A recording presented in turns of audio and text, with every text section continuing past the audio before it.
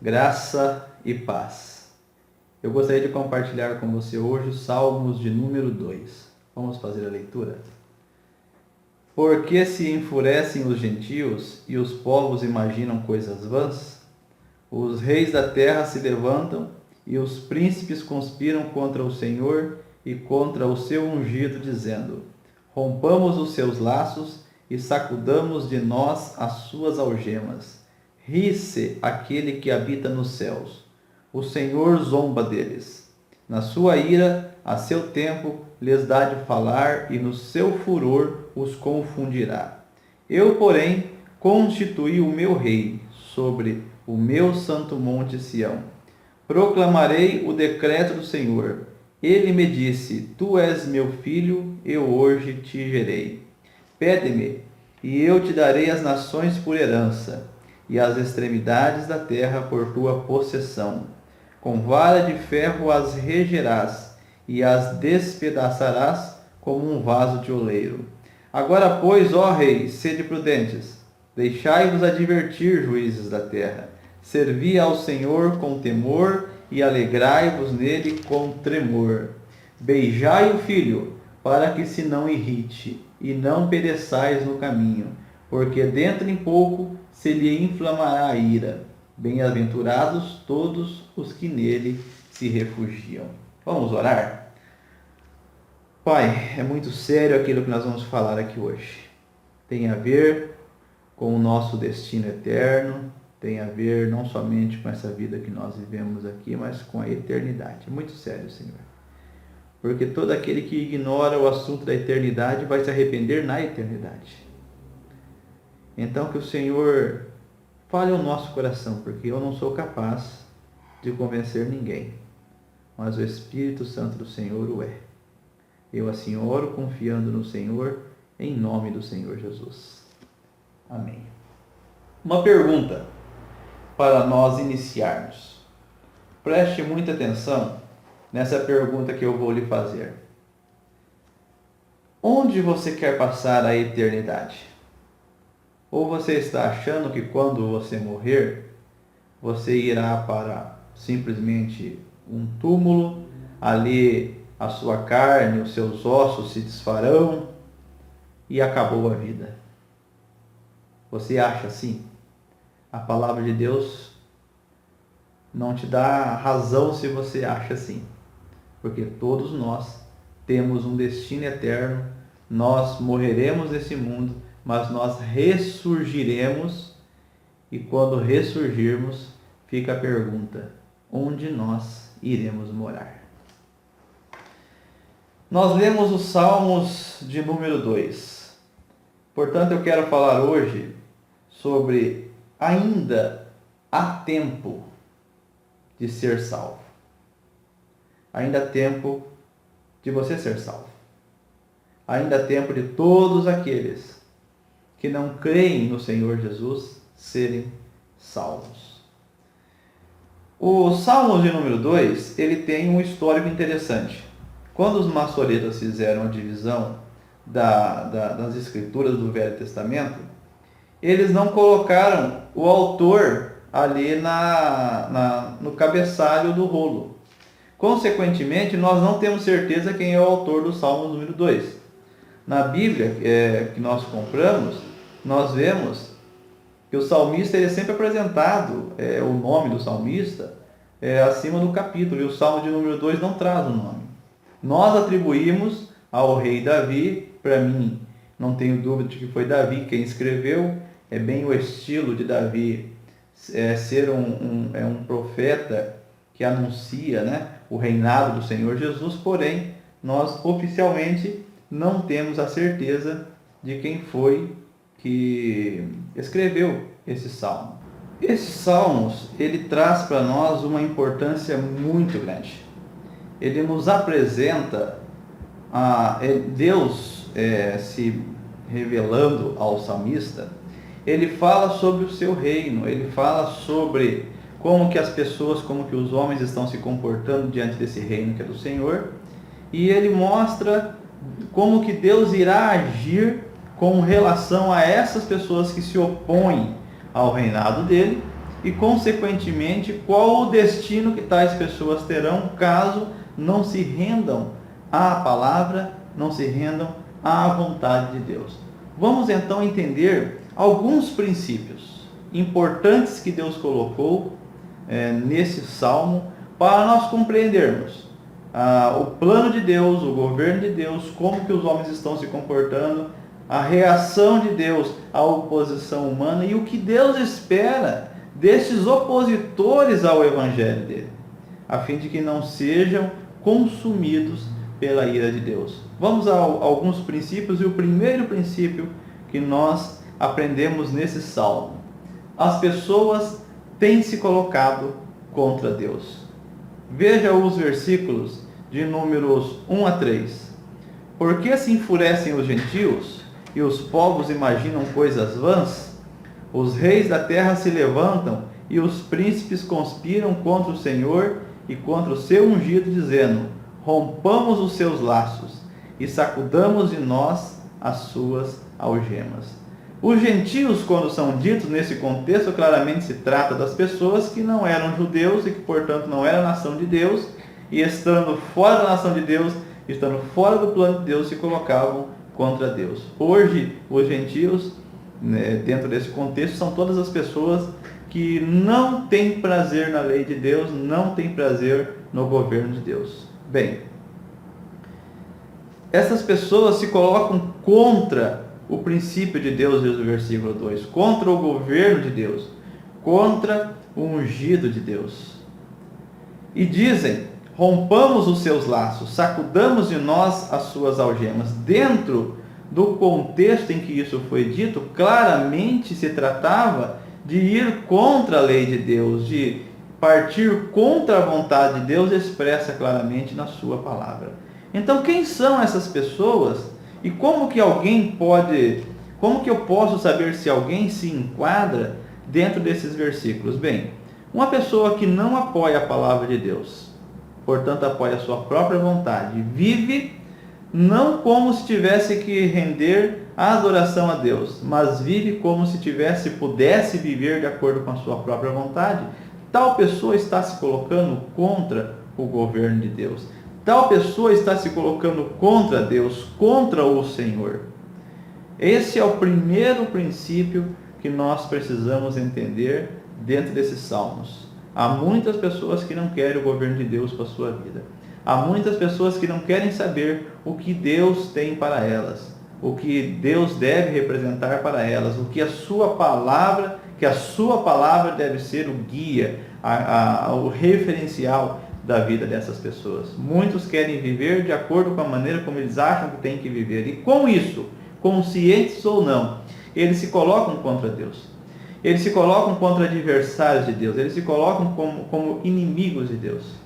Porquanto não rendem a Deus a glória que lhe é devida, porque Ele é o Criador do universo e de todas as pessoas, e nós só vivemos porque Deus nos dá a vida. Se Ele quisesse tirar a nossa vida, Ele tiraria e nós não poderíamos viver mais.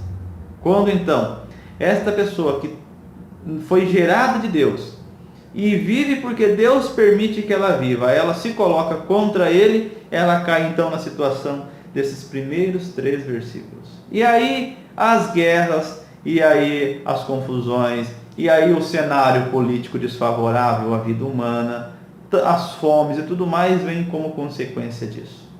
Ou seja, os reis da terra que se levantam, claramente são as pessoas que têm poder constituído pelo povo, que governam sobre o povo, mas querem governar para o povo, mas contra Deus. Como se ele fosse alguém que pudesse realmente ser independente de Deus. Então nós podemos entender esses 3 versículos, tanto dentro do plano governamental, como claramente apontado, mas também dentro do plano pessoal, porque o rei nada mais é do que um ser humano que se coloca contra Deus. Você pode não ser um rei, eu posso não ser um rei, mas se nós nos levantamos contra Deus, ou se nós não vivemos de acordo com a vontade de Deus, assim nós estamos nos levantando contra Deus, nós caímos então no princípio desses 3 primeiros versículos. O princípio de que o homem quer viver sem Deus. O homem, ele quer se colocar contra Deus. Este é o primeiro princípio. O segundo princípio destes Salmos de número 2 que nós lemos. Deus já é vitorioso, apesar da oposição humana. Deus já é vitorioso. Vamos ler os versículos de número 4 até o número 6. Ri-se aquele que habita nos céus, o Senhor zomba deles. Na sua ira, a seu tempo, lhes há de falar, e no seu furor os confundirá. Eu, porém, constituí o meu rei sobre o meu santo monte Sião. Nós estamos diante de uma cena histórica. Davi, ele nasceu, para mim, Davi é o autor desses salmos, não tenho dúvida. Ele nasceu séculos antes do Senhor Jesus. E Deus já estava dizendo para estas pessoas que se opõem a Ele: eu rio dos céus. Eu zombo dessas pessoas medíocres que se colocam contra mim, que não sabem que eu já sou vitorioso. Na sua ira, na minha ira, dizendo Deus, a meu tempo eu vou consumir essas pessoas, se elas não mudarem o seu rumo. E Deus disse que Ele constituiria o rei dele, o governo dele, o governador da terra, de acordo com o propósito dele, aquele que reinaria, rendendo a ele glória, como não tem feito os governantes da terra. E isso Deus já fez. Deus anunciou lá no passado o que ele faria, e ele já fez. Ele já constituiu ao Senhor Jesus. O Senhor Jesus já cumpriu plenamente a primeira grande vitória que ele precisava. Nascer de uma forma tão humilde como nasceu, de uma forma tão desprezível aos olhos humanos como nasceu, mas ressuscitar, vencer a morte, viver de novo e ir morar nos céus. A primeira vitória do Senhor Jesus está feita. Deus já é vitorioso. E o Senhor Jesus ainda cumprirá a sua vitória definitiva quando Ele voltar. Quando Ele destituir os reis da terra. Quando Ele aniquilar todo aquele que se opõe contra Ele, sejam reis ou não. E quando Ele estabelecer o seu glorioso reinado na terra. O que nós chamamos de reinado milenar. Deus já é vitorioso. E hoje, quando alguém se coloca contra Ele, hoje quando alguém zomba de Deus, colocando cartazes que Deus está morto, que Deus não existe, publicando isso, falando isso, tornando isso conhecido, Deus está rindo dessas pessoas. Elas estão ignorando que o Criador já é vitorioso, quando elas não atribuem a Ele a vitória que lhe é devida. Este é o princípio dos versículos de número 6 até o versículo número 8, como nós lemos. Deus já é vitorioso, apesar das oposições humanas. O Senhor Jesus, Ele já nasceu nesse mundo. Ele já triunfou sobre o pecado. Ele já triunfou sobre Satanás. E Ele morreu, porém ressuscitou. O Pai o fez voltar à vida. E Ele saiu da morte e já foi morar com Deus nos céus. E um dia Ele disse, Ele vai voltar. Então este é o segundo princípio desses salmos. Vamos ao terceiro princípio, o qual nós vamos encontrar nos versículos de número 7 até o versículo 9, que é: o governo de Deus está estabelecido e no tempo de Deus será manifestado aos homens. Vejamos esses versículos. Proclamarei o decreto do Senhor. Ele me disse: Tu és o meu filho, eu hoje te gerei. Pede-me, e eu te darei as nações por herança, e as extremidades da terra por tua possessão. Com vara de ferro as regerás, e as despedaçarás como um vaso de oleiro. Agora, pois, ó reis, sede prudentes, deixai-vos advertir, juízes da terra. Eu li até o versículo 10, mas era até o versículo 9. Pois bem, o Senhor disse que estabeleceria o rei dele. E ele estabeleceu o rei dele. Quando o Senhor Jesus estava na terra, claramente, um rei de Deus não reconhecido pelos homens, quando ele dizia: o meu reino não é deste mundo, as pessoas não entendiam. Lá no passado, Deus estava profetizando acerca do seu filho. Deus estava anunciando, na verdade, acerca do seu filho. Quem estava profetizando era o salmista. O salmista estava profetizando aquilo que Deus escolheu acerca do seu filho. Quando Deus, o Espírito Santo, encheu o coração do salmista de sabedoria para ele falar: tu és meu filho, eu hoje te gerei. Pede-me, e eu te darei as nações por herança, e as extremidades da terra por tua possessão. Pois bem, o Senhor Jesus pediu isso ao Pai. O Pai disse a ele: pede-me, e eu te darei. E o Senhor Jesus pediu. De onde que eu estou tirando isso? De onde que eu estou tirando essa informação de que o Senhor Jesus pediu? No Evangelho de João, capítulo 17, na conhecida oração sacerdotal do Senhor Jesus, olha os primeiros 3 versículos. Tendo Jesus falado estas coisas, levantou os olhos ao céu e disse: Pai, é chegada a hora. Glorifica teu Filho, para que o Filho te glorifique a ti. Assim como lhe conferiste autoridade sobre toda a carne, a fim de que ele conceda a vida eterna a todos os que lhe destes. E a vida é esta, que conheçam a ti, o único Deus verdadeiro, e a Jesus Cristo, a quem enviastes. Assim como lhe conferiste autoridade sobre toda a carne. O Senhor Jesus já pediu. Aquilo que Deus disse para ele: pede-me, e eu te darei as nações por herança e as extremidades da terra por tua possessão. O Senhor Jesus já pediu. E agora as pessoas, elas estão achando, muitos, que mandam, que fazem as coisas do jeito que querem, quando Deus já estabeleceu, já escolheu o seu rei, quando este rei já pediu aquilo que Deus já lhe concedeu, e elas ainda estão vivendo como se não devessem satisfação a Deus. O versículo 9 diz: com vara de ferro as regerás e as despedaçarás como um vaso de oleiro. O Senhor Jesus está por voltar. Nós não sabemos quanto tempo ele vai demorar para voltar, mas ele reinará com cetro de ferro. Ele reinará com o peso da sua justiça, assim como do seu amor. E todas as pessoas se submeterão ao governo dele. Este mundo que aqui está ainda será um mundo de paz, quando aqui o Senhor Jesus reinar. Eu fico muito feliz. Eu não sei se eu estarei vivo aqui nessa ocasião, mas mesmo que eu não esteja, os santos dele, todos aqueles que foram recolhidos, já que morreram antes dele voltar, reinarão também com ele, afirma assim a palavra de Deus. Estamos diante de uma cena maravilhosa, em que Deus tem o seu governo, entregou este governo ao seu Filho, e nós precisamos tão somente nos conformar a este reinado. Então nós estamos dentro dessa proposta que ainda há tempo de ser salvo. Nós estamos analisando esses princípios. As pessoas têm se colocado contra Deus, Deus já é vitorioso apesar da oposição humana, e o governo de Deus está estabelecido, e no tempo de Deus ele será manifestado aos homens. É tudo uma questão de tempo. E o quarto princípio, e este você deve prestar muita atenção, o quarto princípio: renda-se a Deus enquanto houver tempo. Veja os versículos 10 a 12.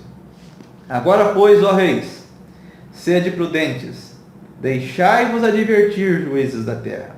Servi ao Senhor com temor e alegrai-vos nele com tremor. Beijai o filho, para que se não irrite e não pereçais no caminho, porque dentro em pouco se lhe inflamará a ira. Bem-aventurados todos os que nele se refugiam. Agora, pois, ó reis, sede prudentes. E não somente os reis, todas as pessoas, você, eu, todos, sejamos prudentes. Porque ainda nós estamos nesse tempo em que hoje você pode dobrar os seus joelhos agora e Você pode suplicar a misericórdia de Deus. Se você está sendo convencido do seu pecado, que você está se opondo a Deus, você pode se colocar de joelhos agora e pedir perdão e clamar pela misericórdia de Deus. Há tempo, existe tempo.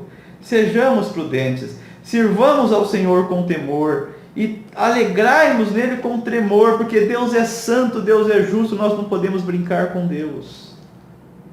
Deus não faz o seu convite às pessoas à toa. Você não está assistindo esse vídeo à toa.